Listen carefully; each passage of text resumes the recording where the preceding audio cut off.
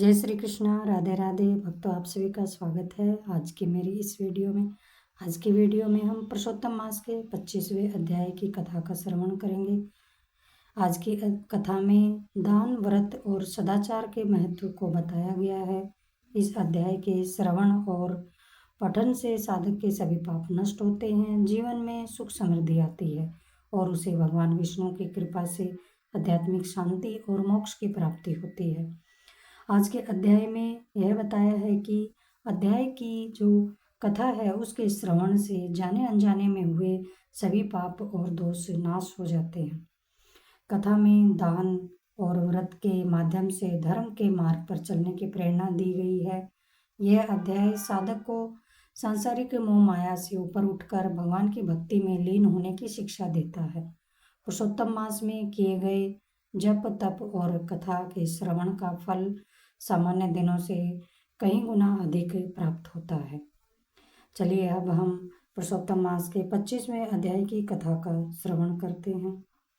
आगे की कथा में दृढ़ धनवा बोले हैं, हे ब्राह्मण, हे मुने, अब आप पुरुषोत्तम मास के व्रत करने वाले मनुष्यों के लिए कृपा करके उद्यापन विधि को भी अच्छी तरह से कहिए। वाल्मीकि मुनि बोले, पुरुषोत्तम मास व्रत के संपूर्ण फल की प्राप्ति के लिए श्री पुरुषोत्तम मास के उद्यापन विधि को थोड़े में अच्छी तरह से कहूँगा। पुरुषोत्तम मास के कृष्ण पक्ष की चतुर्दशी, नवमी अथवा अष्टमी को उद्यापन करना कहा है। इस पवित्र पुरुषोत्तम मास में प्रातः काल उठकर यथा उपलब्ध पूजन के सामान से पूर्वान्न की क्रिया को कर एकाग्र मन होकर सदाचारी विष्णु भक्ति में तत्पर स्त्री सहित ऐसे 30 ब्राह्मणों को निमंत्रण करें।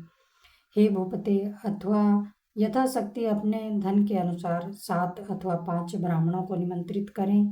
बाद में मध्याह्न के समय 16 शेर अथवा उसका आधा यथाशक्ति पंचधान्य से उत्तम सर्वतोभद्र बनावें। सर्वतोभद्र मंडल के ऊपर सुवर्ण, चांदी, तांबा अथवा मिट्टी के छिद्र रहित शुद्ध 4 कलश स्थापित करें। 4 व्यू के प्रीत्यर्थ चारों दिशाओं में बेल से युक्त उत्तम वस्त्र से वेष्टित पान से युक्त उन कलशों को करना चाहिए। उन चारों कलशों पर क्रम से वासुदेव, आलधर, प्रद्युम्न और अनिरुद्ध देव को स्थापित करें। पुरुषोत्तम मास व्रत के आरंभ में स्थापित किए हुए राधिका सहित देव देवेश पुरुषोत्तम भगवान को कलश युक्त वहां से लाकर मंडल के ऊपर मध्य भाग में स्थापित करें। वेद वेदांग के जानने वाले वैष्णव को आचार्य बनाकर जप के लिए 4 ब्राह्मणों का वर्ण करें। उनको अंगूठी के सहित 2-2 वस्त्र देने चाहिए। प्रसन्न मन से वस्त्र आभूषण आदि से आचार्य को विभूषित करके फिर शरीर शुद्धि के लिए प्रायश्चित गोदान करें। तदंतर स्त्री के साथ पूर्वोक्त विधि से पूजा करनी चाहिए और वर्ण किए हुए 4 ब्राह्मणों से 4 व्यू का जप कराना चाहिए और 4 दिशाओं में 4 दीपक ऊपर के भाग में स्थापित करना चाहिए। फिर नारियल आदि फलों से क्रम के अनुसार अर्घदान करना चाहिए। घुटनों के बल से पृथ्वी में स्थित होकर पंच रत्नत और यथालब्ध अच्छे फलों को दोनों हाथ में लेकर श्रद्धा भक्ति से युक्त स्त्री के साथ हर्ष से युक्त होकर प्रसन्न मन से भगवान श्री हरि भगवान विष्णु का स्मरण करता हुआ अर्घदान करें। अर्घदान का मंत्र, हे देव देव, हे पुरुषोत्तम, आपको नमस्कार है। हे हरे, राधिका के साथ आप मुझसे दिए गए अर्घ को ग्रहण करें। नवीन मेघ के समान श्याम वर्ण 2 भुजाधारी मुरली हाथ में धारण किए हुए पीताम्बरधारी देव राधिका के सहित पुरुषोत्तम भगवान को नमस्कार है।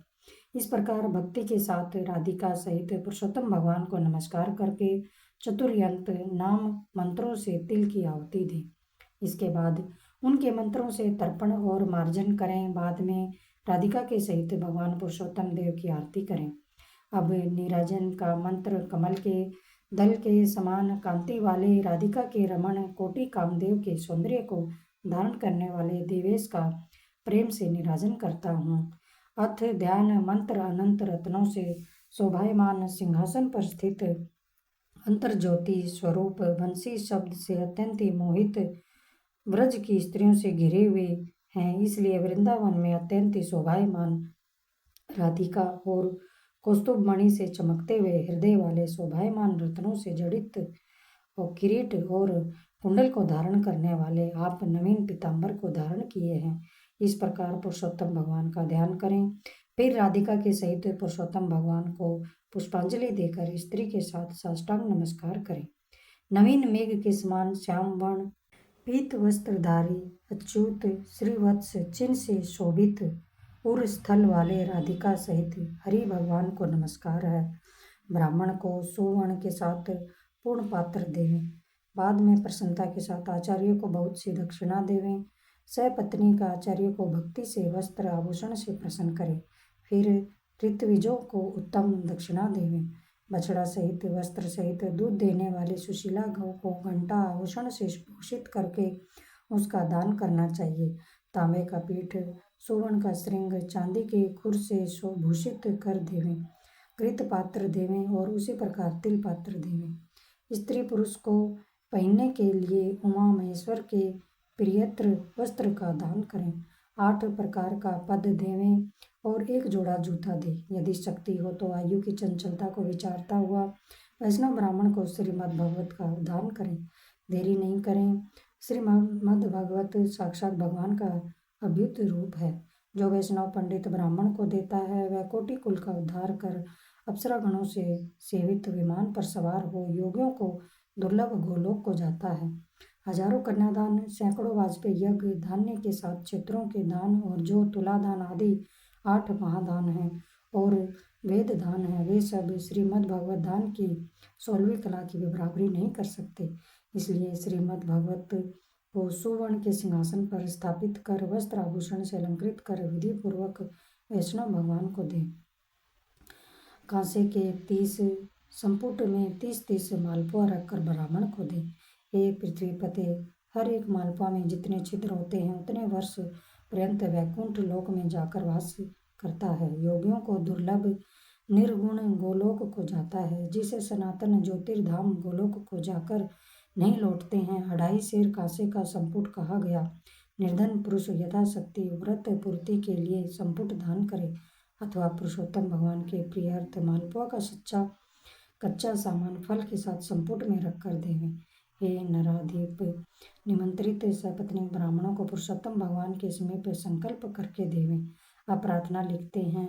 हे श्री कृष्ण, हे जगतधार, हे जगत आनंददायक अर्थात हे जगत को आनंद देने वाले, मेरी समस्त इहलोक तथा परलोक की कामनाओं को शीघ्र पूर्ण करें। इस प्रकार गोविंद भगवान की प्रार्थना कर प्रसन्नता पूर्वक पुरुषोत्तम भगवान का स्मरण करता हुआ स्त्री सहित सदाचारी ब्राह्मणों को भोजन करावे। ब्राह्मण रूप हरि और ब्राह्मण रूप राधिका का स्मरण करता हुआ भक्ति पूर्वक गंधा अक्षत से पूजन कर घृत पायस का भोजन करावे। व्रत करने वाला विधि पूर्वक भोजन सामान का संकल्प करे।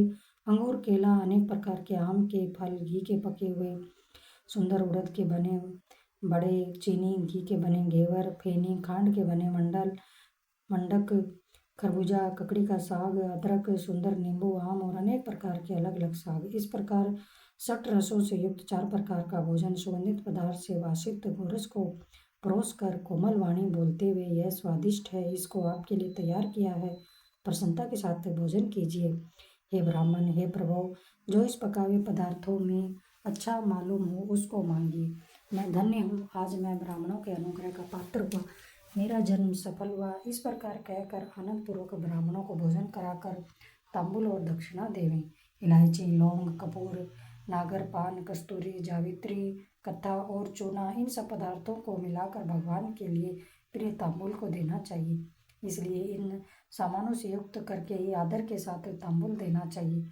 जो इस प्रकार तांबुल को ब्राह्मण श्रेष्ठ के लिए देता है वह इस लोक में ऐश्वर्य सुख भोग कर परलोक में अमृत का भोक्ता होता है। स्त्री के साथ ब्राह्मणों को प्रसन्न कर हाथ में मोदक देवे और ब्राह्मणियों को विधि पूर्वक वस्त्र आभूषण से अलंकृत कर वंशी देवें। सीमा तक उन ब्राह्मणों को पहुंचाकर विसर्जन करें। मंत्रहीनम क्रियाहीनम भक्तिहीनम जनार्दन यत पूजितम मया देव परिपूर्ण तदस्तु में। और इस मंत्र से पुरुषोत्तम भगवान को समर्पण करके यस्य स्मृत्या च नामोक्त्या तपो यज्ञ क्रियादिषु न्यूनम संपूर्णताम याति सद्यो वंदे तम अच्युतम। इस मंत्र से जनार्दन भगवान को नमस्कार करके जो कुछ कमी रह गई हो वह अच्युत भगवान की कृपा से पूर्ण फल देने वाला हो, यह कहकर यथा सुख विचरे। अन्न का यथा भाग विभाग कर भूतों को देकर मिथ्या भाषण से रहित हो, अन्न की निंदा न करता वह कुटुंबियों के साथ भोजन करे। अमावस्या के दिन रात्रि में जागरण करे। सुवर्ण की प्रतिमा में राधिका के सहित पुरुषोत्तम भगवान का पूजन करे। पूजा के अंत में सपत्नीक व्रती प्रसन्नचित्त हो नमस्कार कर राधिका के साथ पुरुषोत्तम देव का विसर्जन करे। फिर आचार्य को मूर्ति सहित चढ़ा हुआ सामान देवे। अपनी इच्छा के अनुसार यथा योग्य अन्न दान को देवे। जिस किसी उपाय से इस व्रत को करे और उत्तम भक्ति से द्रव्य के अनुसार दान देवे। स्त्री अथवा पुरुष इस व्रत को करने से जन्म जन्म में दुख दारिद्र्य और दो भाग्य को नहीं प्राप्त होते हैं। जो लोग इस व्रत को करते हैं वे इस लोक में अनेक प्रकार के मनोरथों को प्राप्त करके सुंदर विमान पर चढ़कर श्रेष्ठ वैकुंठ लोक को जाते हैं। श्री नारायण बोले, इस प्रकार जो पुरुष श्री कृष्ण भगवान का प्रिय पुरुषोत्तम मास व्रत विधि पूर्वक आदर के साथ करता है वह इस लोक के सुखों को भोग कर और पाप राशि से मुक्त होकर अपने पूर्व पुरुषों के साथ गोलोक को जाता है। पुरुषोत्तम मास के महात्म्य का 25वां अध्याय समाप्त होता है। जय श्री कृष्ण। राधे राधे।